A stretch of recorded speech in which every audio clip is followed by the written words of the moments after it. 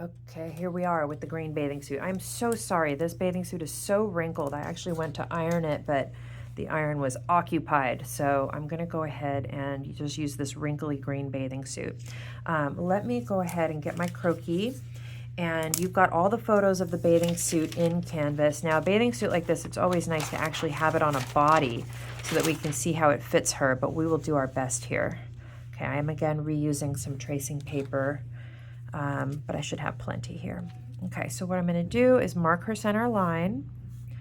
Okay, and we know that it's going to fit her crotch point right there. Okay, so I'm going to, I normally start up at the neck. Let me see if I can get my camera to stay put. Stay. I'll scoot down. Okay, so I normally start up at the neck. I could do that, but I just know this, I know for sure. This crotch point I know for sure, so I can put that in right away. The leg openings, we want to make sure our leg openings go high enough. We don't want to hug this line down here. That would be a really, really low leg opening, almost 1950s in style. So we're going to go higher right here. Okay, right about there, I think should be fine. And in this bathing suit, we see the opening when we look at the front because the back has more coverage. We'll go ahead and work our way up her side, and let's sort out the proportions up here. Okay, so we've got a point that's going to go right above the bust, and it's pretty safe to say we can land it on this princess seam. That is fine. This is, I'm not sure if this is too high or not. Let's draw it in and let's see. Okay, now you'll see when you look at the photos, the dip in the middle is lower than the edge. Okay, it goes, I'll actually put it on the screen here. Okay, it goes pretty low in the center front right there. Okay, so there's the armpit area, here's the center front area, and it goes pretty low. We also need to notice that there's different things going on. On the edge around the underarm, there is gathering and a stitch. Okay, that looks like a line, but it's not. It's actually a stitch. And that treatment goes all the way up the back. Now the V at the front and the V at the back, those have overlock. And on the inside, it's really similar to the way the orange bathing suit was done, except, I'm sorry, not overlock, zigzag. Sorry, it's late, guys. It is late in the day. And I've been at this for a little while today. So we've got a zigzag here, and the zigzag shows on the inside. There are some other little details. If we look at the inside, there's little stitches here at the top of the bra cup. This side has the overlock and the stitch, really similar to what we saw on the orange bathing suit. We've got some straps with a slider and a little O-ring, and I'm going to include that as a call out. Okay, so let me come back here, put this back on her, and I'm going to just, for this one, guys, I'm going to let you figure out the details. I'll demo a tiny bit of it, but what I just wanted to make sure made sense on this one was really the proportions and front and back, how this is going to look. So I'm going to go here with her strap. For the straps, we want to draw both edges, make it 3D, okay? And now I can remove this, fold it, reflect it,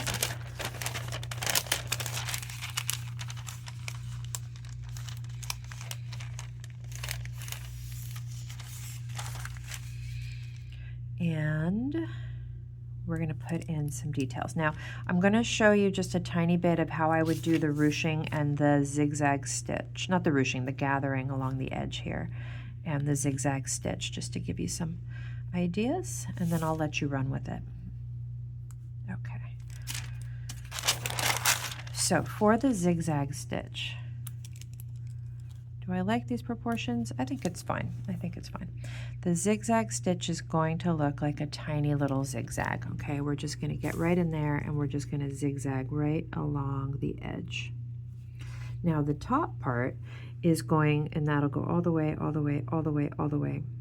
The top part here is actually sort of gathered up. So what I'm going to do is I'm going to bump the silhouette a little bit, okay? I'm actually going to bump it, bumpity bump, bumpity bump. And from those little bumpity bumps, first I'll put my stitch, okay? But then I can draw these little ruchy lines, and I can do a tiny bit of loops and swoops, kind of similar to how we did that sleeve the other day, okay? So So something like that, I think, would communicate that we've got this sort of gathered, elasticated edge here. All right, and then obviously we need to finish the leg openings by drawing the edge of the folded self fabric right there. We're gonna put our little, hang on, is it a zigzag or an overlock? It's a zigzag, it's a zigzag, it's a zigzag. So that means I'm gonna do a better zigzag. Try to make it clear that that's the back of the zigzag, okay? And that zigzag, we see it here. I can tell it's been a long day because my flats aren't as neat as usual. Okay, okay. Let's talk back view. For the back view, as usual, we're going to start out by tracing the outline of the front view. Okay, let me get our little cute sleeve out of the way here. I do love how easily tracing paper erases. Okay, so start with your outline. I want you to be really aware of the crotch seam and the center back and how those are going to intersect. There's a good photo of it in the assignment.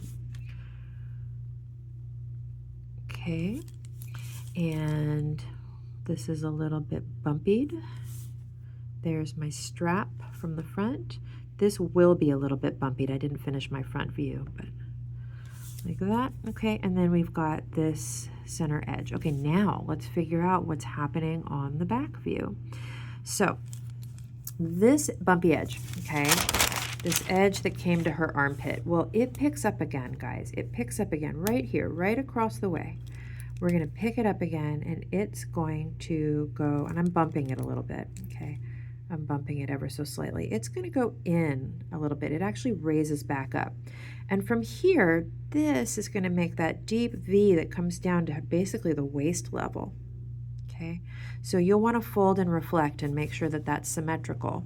And then this is going to have zigzag, and this is going to have more of the little gathery, little gather vibes there.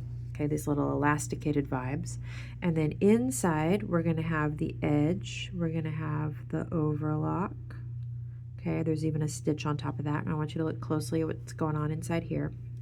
Okay, now we've got to connect from this point to that point.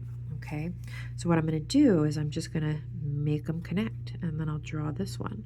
And if it goes over your front, it goes over your front. It's all good. Okay, sort of see where you land, and then put that strap on top. Erase what you no longer want, and that's going to do it. Now we have the slider and the O-ring here, and they look like, on the back we've got this little O-ring connecting to the back, and then we've got this little slider that's going to go up higher towards her shoulder. These are pretty, the straps in the photos that I took are pretty tightened. So I actually think that little slider would probably be more like here. Okay, maybe something like that. All right, now let's go back to our front view and let's make the silhouettes match. So I'm just going to fold this back, and I'm now going to add in that little peak right here. Okay, there we go. Now obviously it's unfinished. You'll need to take a really good look at where the seams are going here and the details up here. I'll just give you a heads up that there is going to be a little view in here of whatever's going on. There's a little cover stitch there. There's a cover stitch up here. But take a look really closely at the garment photos, and I'm sure you'll be able to get all the details. If you run into any issues, just email me. Let me just talk lastly about the call out for this one. Okay, so for the call out for this one, let's go ahead and I think we'll just do, let's just do maybe this on the inside, okay? So what you guys can do is, like, I mean, literally we could take a photo and we could trace this. That would be totally fine.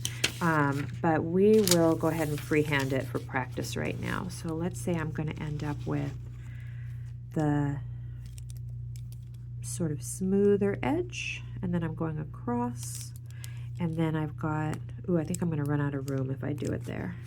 Hold on a sec. Okay. I'll do it here. Okay, I keep lending everybody my O3 lead, and I'm running low, and I'm so worried I'm about to run out. Okay, then this edge is going to come up to here. That's going to have our zigzag.